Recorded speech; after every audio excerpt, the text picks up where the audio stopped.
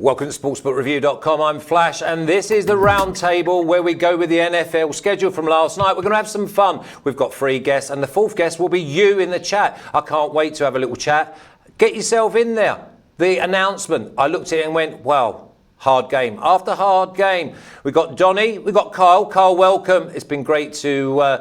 anticipated to come on the NFL show, and we've got the man who throws all the balls, and that's Teddy. So get yourself in the chat. Let us know who you think is going to have the winners and losers of the season. For me, it's very tough. Donny, your winner and loser of last night. Yeah, I mean, it's great. I love to do these shows because, you know, what do we have, like 16 hours to pick winners and losers? Why not grade them right now, even though we don't have all that much background? But there were a lot of winners and losers last night. Just real quick on some of those, I thought the Patriots got a losing card, a real interesting one where they're going to have 3 straight road games, but sandwiched between a Thursday night road game on the West Coast. I don't think they did them any favors. The Bengals are going to get trashed over the first half of their schedule, but rightfully so, one of the worst teams and trying to break in a rookie quarterback. But if we flip over to maybe some of the winners, and I'm just going to pick one winner, which is the same winner year after year after year because it's really good business, are those Dallas Cowboys. They get treated with kid gloves every single year. This year, same exact way. Yeah, I still don't fancy him, though. And that's obviously I'm biased because I'm on the Eagles. Carl, welcome. And we look at it and we go, okay, everyone wants to be against the Dallas Cowboys. But there were some other teams that you were hoping they were going to get better schedules than they actually did. Yeah, I mean, straight off the bat, Tampa Bay Buccaneers. I mean, it doesn't get any better than that. And then when you look, just from a betting perspective, I started out looking at the heavy favorites and seeing, is there a way I can leverage this into some value? And then the Baltimore Ravens come out and get the easiest schedule in the league in terms of, you know, their opponents in 2019. They will not leave the Eastern time zone after week 2. They're going to travel 6,000 miles next year. 20,000 miles less than some of those AFC West or NFC West and AFC East teams. Baltimore Ravens, that entire AFC North, for me, got a huge break last night. 3 of the top 4 easiest schedules. Good for them. Good for them. It's going to be hard to bet against the Baltimore Ravens. Teddy looked at it last night and I kept going, oh my word. Hard game after hard game. And I'm thinking this is going to be one of the best NFL seasons we've had in many a year. It has that potential because there aren't really many bottom feeders coming into the season. I mean, you have Carolina is going to be a bottom feeder, Jacksonville, Washington. Maybe, you know, but that's it. So there's a ton of teams lined between 7 and 9 wins. You know, over 7, 7.5, 8, 8.5, 9. Those teams are all, and when I say a ton, it's like 2/3 of the league is bunched into that very limited between 7 and 9 wins. So there's going to be a lot of pretty good to mediocre teams this year, which means a lot of competitive games and not many bottom feeders. We talk about schedule winners. I can't believe no one brought up Arizona yet. Arizona, you look at, well, it's very different when we talk about a young team versus an older team. Arizona's a young team. They have to build confidence early in the season. They opened with San Fran, and they got Washington, Carolina, the Jets, and someone else who I wrote that I can't read what I wrote. But 4 easy games right off the bat after that opener against San Fran. And then they don't leave home for a month between mid-October and mid-November. I thought of all the teams, Arizona got the biggest benefit because they get to start fast. And for a young team, you start fast, sky's the limit. Someone talked about Tampa Bay as being a positive schedule. Tampa Bay has 6 games where they have less rest than their opponent. So that is true. That's a big deal. I view that as a major negative. The Pats, the Seahawks, and the Bengals all have 5 games where they have less rest than their opponent, meaning their opponent's coming off a bye, their opponent's coming off a Thursday night, they play on a Monday, their opponent plays on a Sunday, whatever it is. Those are all negative situations. So Tampa, New England, Seattle, Cincy, all with negative situations built in. Another team that hasn't been talked about, the Raiders. 6 Eastern time starts for a West Coast team. That is the NFL once again giving the Oakland, now Las Vegas Raiders. They're flipping them the bird. They've been doing it to Vegas for years, or the Raiders for years. This no different. No team in the history of the NFL has ever had more than a West Coast team has more than 6 East Coast starts. The Raiders match that this year. That, in my mind, a big negative. And oh, by the way, in their first 10 games, 9 comes against opponents lined at 500 or higher. Oakland is LA, Vegas. That's a devastating. Just to touch on the, I don't mean to, just to touch on the Tampa Bay thing. After their first game against New Orleans, they only play one playoff team before Week 9, and that's at home against Green Bay, who's an overrated team. You're not looking at last year. And then they play 5 home games after Week 9, 5 primetime games. So I do agree. You are right about the less rest, and Tom Brady certainly needs his rest. There's no doubt about that. At his age, he's more effective coming off bye weeks and extra rest. There's no doubt about that. But one playoff team after Week 1 until they play the Saints again in Week 9, and it's Green Bay. So they have a chance to be 7-2, 6-3 in a really tough division. I have to jump in real quick because if you're looking at last year, go on, Teddy. You can't look at last year's playoff teams and say that this year's playoff teams are going to be the same. That's of course. You have to do any schedule analysis you do has to be based on this year's season win totals. If you're looking at last year's numbers, you're doing yourself a disservice, and you're going to get yourself into losing bets because last year was last year. Yeah, I think it's definitely one of those where you've got to look at them over the first few weeks and see where the land lies, because teams that we think on paper, every game looks so tough, and I'm like, wow, I'd want to be with that one, I would want to be with that one. But it's just so scary to actually put your mast up and go, they will win, they won't. You've got to be so selective in the first 4 weeks, otherwise you'll be playing catch up for the rest of the season. Just remember that if you need more video content, you need more NFL content, then go to sbrvideo.com/NFL. There's plenty over there for you. And you in the chat, you're our 4th guest. We've got Donnie, we've got Carl, we've got Teddy, and you are our 4th guest. So get your questions in now. I'll fling them out to the boys. Donnie, Thursday night football, you absolutely love it. But how big of an advantage is it? It's a huge advantage. I mean, if I was going to die on my gravestone, it would say just avoid betting on the road team on Thursday night and you will lead a successful life, which is really the truth, which is interesting because me, being a Philadelphia Eagles fan, we've been on the road the last 3 years on Thursday Night Football, won all those games, which is completely contradictory to what I believe and what actually shows up on paper. This year, the Philadelphia Eagles will be at home against the New York Giants. Now, look, when we take a look at a Thursday Night Football game and why it matters, it's because the travel. It's because you got to wake up out of bed. If you read anything in some of these retired players, they say, I can't even barely get out of bed until Wednesday, but yet the NFL is always the bastion of, hey, we want to protect everybody. We want to make sure everybody is healthy. You can only have one helmet. Make sure you have the right shoes, and you must wear these pads, but yet you're going to play a Sunday night football game and then reappear on Thursday night on the road with no rest or preparation. Good luck, turn the lights on. Let's make some money out here. The Thursday night road game I look for when the schedule comes out immediately, because if I like the team before, let's just say the win total is 7.5 or 8.5, they immediately get a bump from me the minute the schedule comes out if their home game is on Thursday night and not on the road, Flash. Cole, Donnie mentions the travelling. You love these stats about the travelling. Just throw them at me. Well, there's quite a few. So the AFC East and the NFC West are going to be doing a ton of traveling, 20,000 plus miles per team. One team that really got burned, if we're talking about schedule losers, a team with a solid roster, some questions at quarterback, the LA Chargers. In terms of divisional rivals who have the largest margin of travel distance in between them, they're going to travel nearly 10,000 more miles than the Kansas City Chiefs. The Kansas City Chiefs are another favorite that kind of got a cakewalk in this schedule. The 49ers, the Cardinals, the Rams are all going to travel over 25,000 miles. Comparing that to 6,000 for Baltimore, it's a massive, massive difference. So I do think that's something to look at. Touching on the Thursday night football, I went through and was trying to find teams who were at home on Thursday night who were also at home the previous week, which I think is a big advantage if you don't have to travel back home after a Sunday game and get ready for Thursday night.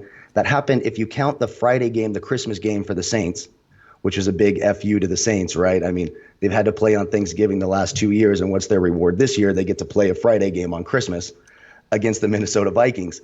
It happened 6 times this year where the home team on Thursday Night Football also played at home on Sunday.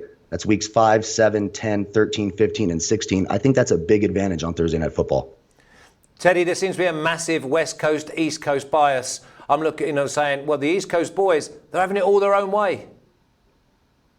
Well, when it comes to Thursday Night Football, all right, and predicting point spread winners on Thursday Night Football, it's really important to differentiate between portions of the season. The first 4 weeks, and I went back and did a 10-year study on this. The first 4 weeks, there's no edge for the home team. In fact, there's a modest edge for the road team. And it makes sense. Teams aren't locked into that schedule where they play it every Sunday and every Sunday and every Sunday. They're still close to the preseason where you're playing on Thursdays and Fridays and other days and other times. And that first month of the year, the home field edge on Thursday Night Football is very limited. Weeks 5 through 12, the home field edge on Thursday Night Football is huge enough that you're not allowed to play any road teams, period. I mean, from a betting standpoint, you don't play road teams in October and November on Thursday Night Football. And the back month of the final month of the season, it's much more mixed. But the nuances of saying don't play anyone Thursday, can't play the road teams Thursday night, that's not true. You can play the road teams on Thursday night early and late. Mid-season is where the road teams on Thursday night really struggle because, and it makes perfect sense because they're locked into that, we play every Sunday or Monday type of pattern, and it really is a break from their routine. Before we go on to have a look at the matchups that we absolutely love, Donny, from your Eagles standpoint, how happy was you with the roster? Because I think it was week 6, 7, and 8 at home, and then a bye. Yeah, I actually liked what the Philadelphia Eagles got. I thought it was a pretty fair overall, evaluation of what their schedule would be. I was just hoping they would get the Thursday night home game to be a little bit of a push. What I like in the NFL, especially if you're taking a look at betting win totals or just your season overall prognosis, getting out to a fast start. And I think the Eagles getting at the Redskins, I think that's a winnable game. Home against the Rams, winnable, and then home against the Bengals. They should be able to jump out to 3-0, and it shifts your entire mindset as a football team, organization, and city. We're supposed to win as opposed to jumping out to 1-2 because everybody knows, and you've seen the statistics, you jump out to the season 1-2, 0-2, 1-3, you're probably not getting into the playoffs. So just getting off to that first start really counts and really matters. And also what I take a look at as well is when that bye week comes in, it's nice to get the bye week in week 9. Nobody wants the bye week in week 4 and then have to run all of that, hoops that you have to do for the rest of the season. So I thought it was pretty fair for the Philadelphia Eagles the way it starts and begins. It's still a decently tough schedule, but a fair one here for the Eagles. Yeah, if you like this video, then press subscribe, ring the bell, and we'll let you know. We'll give you all the time you need. We'll let you know when we're going to be going, so you will not ever miss a video. We've got Adrian G saying, I fancy the Texans on the opener. Get blown away, 40-14. That's a 26-point spread. And I think at the moment, it's only 10 points. Carl, we go through and we're looking and we're going Thursday night football. Who are the teams for you and the matchups that you're looking forward to? On Thursday Night Football? Well, just throughout the season, but obviously on the Thursday nights, we look and we go, it's a no-brainer maybe 6 times out of 10. And as Donny says, during the course of the season, mid-season, you stay at home. Right. Well, first off, week 1, right away, Breeze versus Brady, Tampa Bay at New Orleans in the Dome. I hope there's fans there for that game. It will be a crazy, crazy atmosphere. If you look at the strengths and weaknesses of Tampa Bay last year, that secondary was absolutely brutal. They were torched up and down the field. And then if you look at New Orleans, even though they have Marshawn Lattimore, they did get a little bit better later on in the season. They were susceptible to giving up tons. If you look at that 49er game, 46-44 shootout, week 1, arrested Brady, arrested Breeze. That's going to be a beautiful game. I cannot wait to watch it. A couple other games that stand out. Week 6, another Tampa Bay game, seeing Aaron Rodgers versus Tom Brady for only the 3rd time. That's crazy to think about. For how long they've been in the league together, only the 3rd time those two quarterbacks are going to face off. I can't wait for that. And I think what may end up being, in terms of playoff-wise, playoff standings, Week 16, Philly at Dallas. I think that's a huge advantage for Dallas to be at home Week 16 against the Eagles in a game that very well may decide the division. I disagree. I think that the Eagles would have already won the division by then, and it will be Dallas needing to win to get a wild card. Teddy, we're going with the Chiefs and the Ravens in week 3. Hang on, Carl. You can come back and bite me in a minute. But Teddy, Chiefs and Ravens, week 3, Monday night football. It doesn't get any better. Do you think this goes a long way to the number 1 seed in the AFC? Potentially. Although for week 3, a lot happens between week 3 and the end of the season. That's almost one of those games you wish that was scheduled for November, as opposed to early on. That said, as many Mahomes Jackson matchups as I can watch, I'm going to watch them all because I would expect them to be wildly entertaining. Games that stood out to me include week 2, Saints coming to Las Vegas for the opener of Allegiant Stadium. That's a game I'd hope to be at.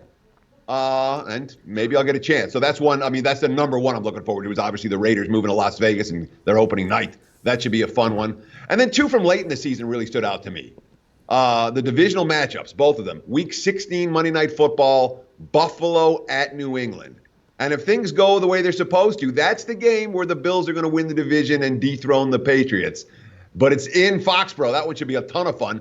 And Week 17, Steelers-Browns, that is all the makings of who gets the last wild card in the AFC. That's one that stood out to me as well off the initial schedule release. We got Chris Lippins, he's coming in saying, afternoon, gentlemen, we appreciate you all. Just have your little questions in there. Donny's waiting, he loves to answer all your questions. We've got Carl and we've got Teddy. Remember, you're our fourth guest. Matchups right across every single week, Donny tells me that this is going to be so competitive. And I've got, for the first time, AFC East being the poorest division out of the 8.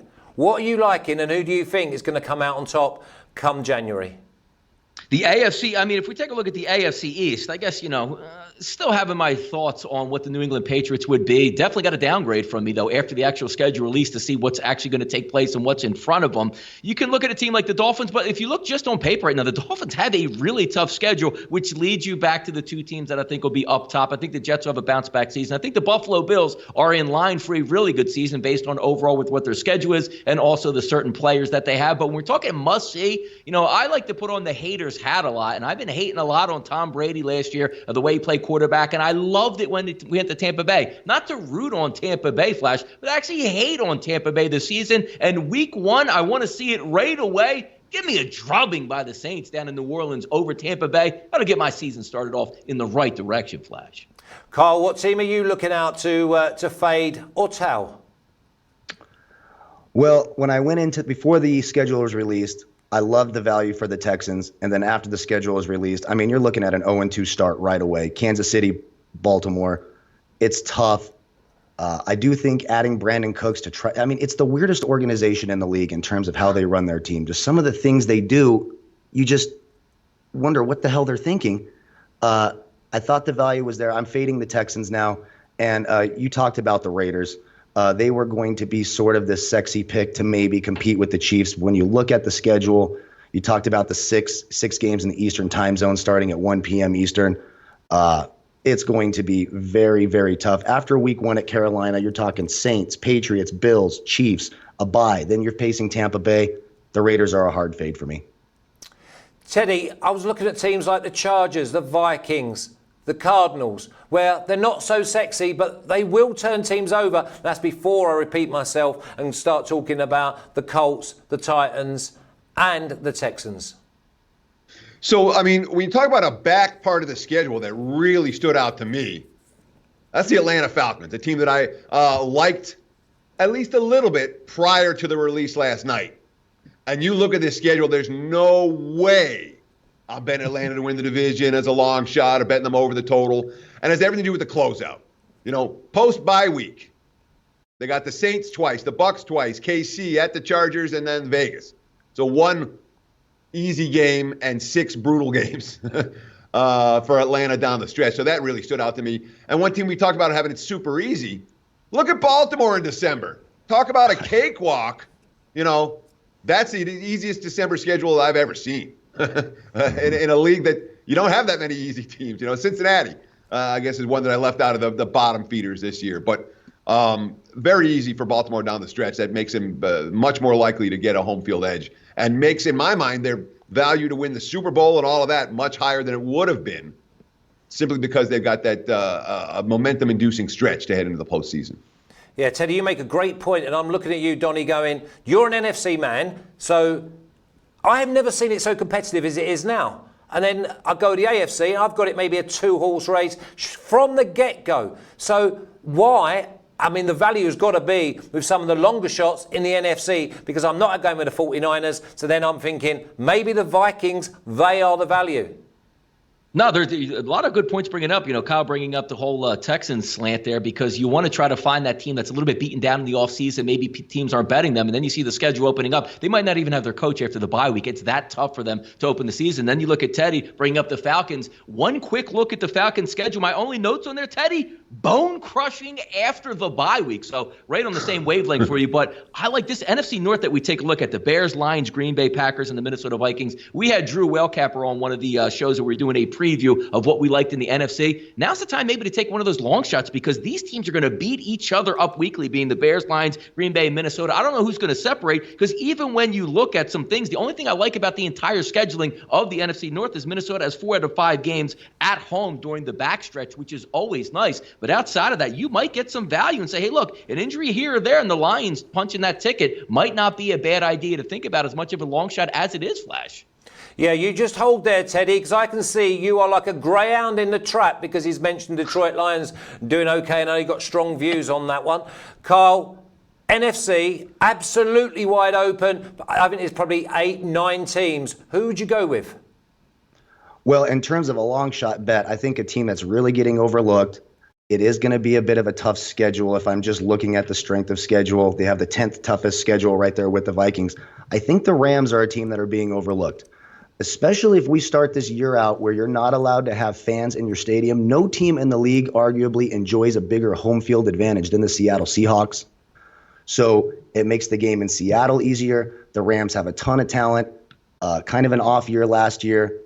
I think the Rams are an interesting team. All that talent on defense going overlooked. If I'm looking for value early on, the Rams are a team right now that I'm focusing a little bit of attention on. Carl, can you rely on the quarterback to go on the road and get it done, though? Oh, it's scary. It's scary. Of course, Jared Goff, it's a scary proposition. But again, we have a young man who has taken this team to the Super Bowl before. A chip on his shoulder. Oh, I apologize for that. A chip on his shoulder, ready to compete. I think with Todd Gurley being gone, all the questions about will he play, will he not play, how much will he play, all of those being gone. Brandon Cooks and the concussion issues out of the way. He can focus on getting the ball to Cooper Kupp, Robert Woods. I think the Rams are an interesting sleeper pick, and when I'm just looking at value and talent, I think it's an interesting pick. Teddy, before we go for the Detroit Lions and Matt Patricia, NFC, I look at the Vikings around 16-1. I mean, them, and they got the 49ers at like 3-4 plus 400. I've got to go with the Vikings. I wouldn't argue with that, but frankly, that's a division where you can make a case if you so choose for a long shot. I genuinely agree with both what Donnie and Kyle both said here, where Chicago, Detroit, there's dumber long shot bets to make than Bears or Lions because that is a winnable division. And the Rams stand out like a sore thumb when it comes to value. All of the offseason press on LA has been negative. Oh, look at all the defensive starters they lost. Oh, look at this they lost. Oh, look at that they lost. It's a smart organization. On defense, to me, they look, after losing those starters and the guys they replaced them with, I think that defense is way better than it was. So it's one of these classic, you lost some names, so the markets are going to crash on you. And the Rams get them at 8.5 wins right now. Get them at a big plus price to win the division. Get them at a huge plus price to reach the Super Bowl or win the Super Bowl. I think that absolutely there's value right now on the LA Rams, but I'm not in a rush to bet it because the markets are still moving the other direction on the Rams. So I'm just going to bide my time and wait for the markets to crash on LA. And once they've crashed, I'm going to come in and start betting the Rams all kinds of different ways. There's going to be all sorts of shenanigans in that NFC. They are such a listen, we've not even mentioned really the Eagles, because if the Eagles get and they start and they put their best foot forward, then they could have it wrapped up maybe with a couple of games to go, and then they relax into them big end of season games. We go to the AFC though, and it looks like Kansas, Baltimore, and I can't pick a third one, Donnie. Yeah, and look, there's a lot of stuff. Talking like winners and losers, the AFC West is so tough, but it gets back to Teddy's point. There's a lot of times here, Flash, we would look at the Baltimore Ravens and the Kansas City Chiefs and say, they're the elite level. I could see 13 or 14 wins on this schedule. You go up and down these schedules, that's not going to be the case. Why? Because they're all playing each other. The same thing goes in the AFC West. I like the Chargers, on defense. I just think they're a little bit inept on the offensive side of the ball. But the one team I thought that got a really good schedule, just looking at it right now, if they only can turn water in the wine with their quarterback and bring back, a Phillip Rivers from 6 or 7 years ago till now, I think the Colts have a really advantageous schedule. If they get good quarterback play, they might be able to parlay it. Maybe a little bit of a dog-like look for the Colts for me out in the West, or excuse me, out in the AFC. Well, Chris Lippin's in the chat saying that the Rams are plus 4,500 to win the Super Bowl. I don't fancy him for the Super Bowl, Cole, but at 4,500, would you have a few shekels on them? Of course I will. Every year there is a team. Look at Baltimore last year. Now, of course, they didn't make it to the Super Bowl, but last year you were getting them 50-1 before the season started. It actually absolutely broke my heart because I put quite a bit of money on that bet, and then when they lost to the Titans, that was a bit heartbreaking. But this is the NFL. The turnover rate in the NFL from worst to first is greater than any sport, any professional sport.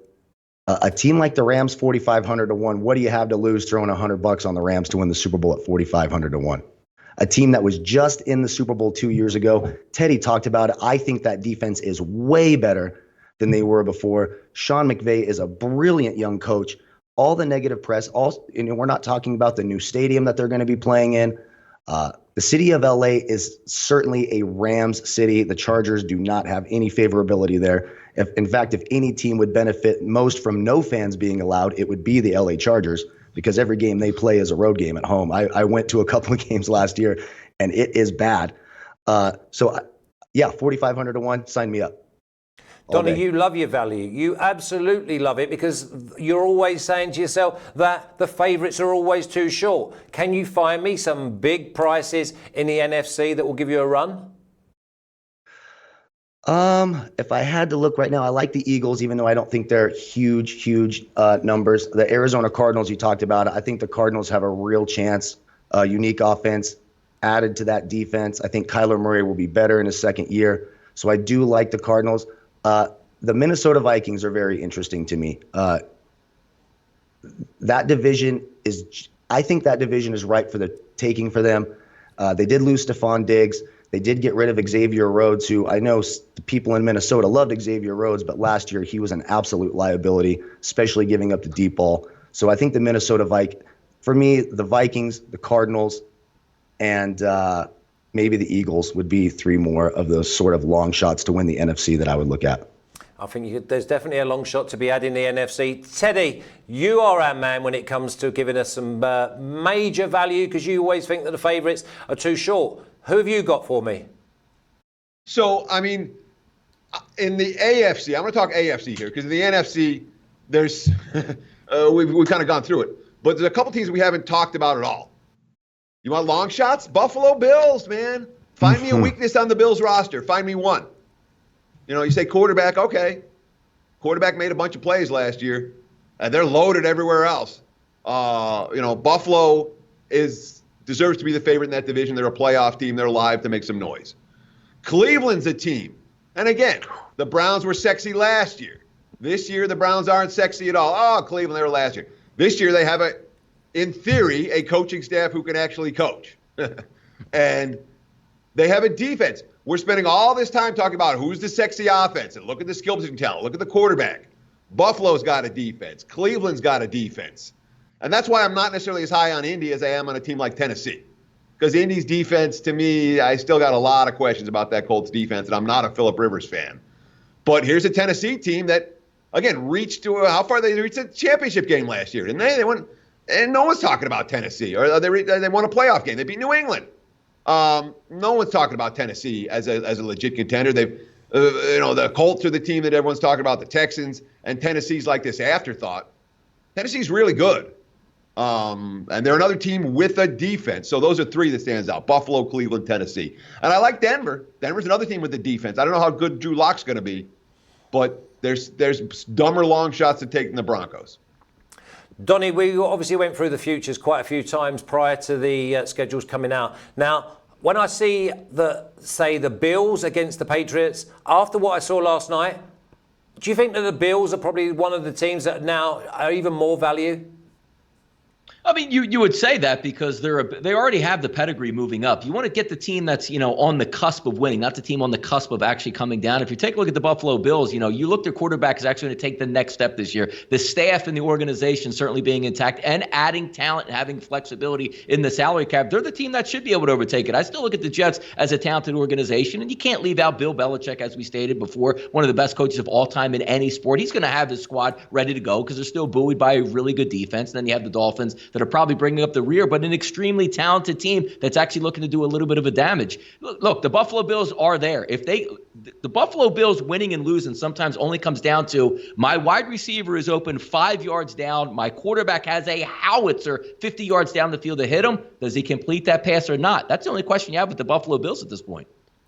Cole, did you see anything last night that then says to you, oh, that's it, I'm going to put my money on them? I didn't think they were valued, but after what I'm seeing and the way that I'm reading it, I'm going to be putting money on them for divisional futures. I think for me it was the Pittsburgh Steelers. They're plus 350 right now to win that division. They have the second easiest schedule or third easiest schedule in the entire league on paper. The return of Ben Roethlisberger. The way that Lamar Jackson plays, I'm always looking to try to get bang for my buck. And the two biggest favorites to win their divisions right now are the Kansas City Chiefs and the Baltimore Ravens. The Pittsburgh Steelers, with the return of Ben Roethlisberger, that defense was absolutely monstrous last year. I have to eat crow on this. When they made that trade after week 2 or 3 for Minkah Fitzpatrick, I said to myself, did they just give away a top 5 pick for a guy who's kind of underachieving in Miami? Well, that turned around. Minkah Fitzpatrick was an absolute beast for the Steelers this year. And let's not forget, the Baltimore Ravens are one hit, one ankle tweak, one knee injury away from being very mediocre without Lamar Jackson. Teddy talked about Cleveland as well. I think both Cleveland at plus 500, Pittsburgh at plus 350. I think there's a lot of value on both those teams, and I will have money on both coming into the season. Teddy, talking about scouting, we look at the Titans and what they did. They put the spies in there and they said, OK, you're going to have to throw it, Lamar Jackson, because we're not going to let you break out. Now, do you think more teams are going to take a leaf out of their book and try and keep him in the pocket? Of course, but trying to do it and actually doing it are two separate things. Lamar Jackson has certainly proven to be a unique talent. Although, frankly, if he got hurt and RG3 had to come in and play, I think they could get wins with RG3. I don't know if they're a Super Bowl team with them, but I don't think that RG3 is going to be one of these drop-offs that you say, all right, well, the Ravens were one of the best teams in the league, and now they're one of the worst teams in the league. But it's certainly a situation for, you worry about the one-player teams. The guys where one guy gets hurt, you don't want to necessarily be playing those teams over their total or asking those teams to win the division. I want to talk. We've talked about how we liked Arizona, we liked the Rams. No one's talking about teams we don't like. Seattle, I think, is in trouble. If San Fran is still a Super Bowl contender, Arizona's on the way up, the Rams are on the way up, and then here's this Seahawks team that has a great quarterback and lots of holes. I think Seattle's wildly overvalued right now in the markets, and a team that you talked about, Flash, the Cowboys. Yeah, Eagles should be the chalk in this division, and yet Dallas is the one getting all the love after the draft. I'm not sold on Dallas being there in December. You talked about that Week 16 game.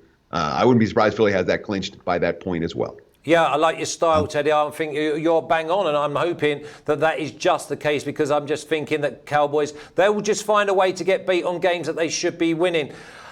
The one thing that I know about last night is that it tells us the NFL has just taken one step closer. We can smell it, and the reason we love it. Donny, I thank you. Kyle, welcome, and we look forward to seeing you again. Teddy, keep up the great work. And you can find more NFL content if you go to sbrvideo.com/NFL. And if you like this video, then press the subscribe button, ring the bell, and we'll let you know when all the content is coming. Thank you to those in the chat, and we'll see you all again soon. Roll on the NFL.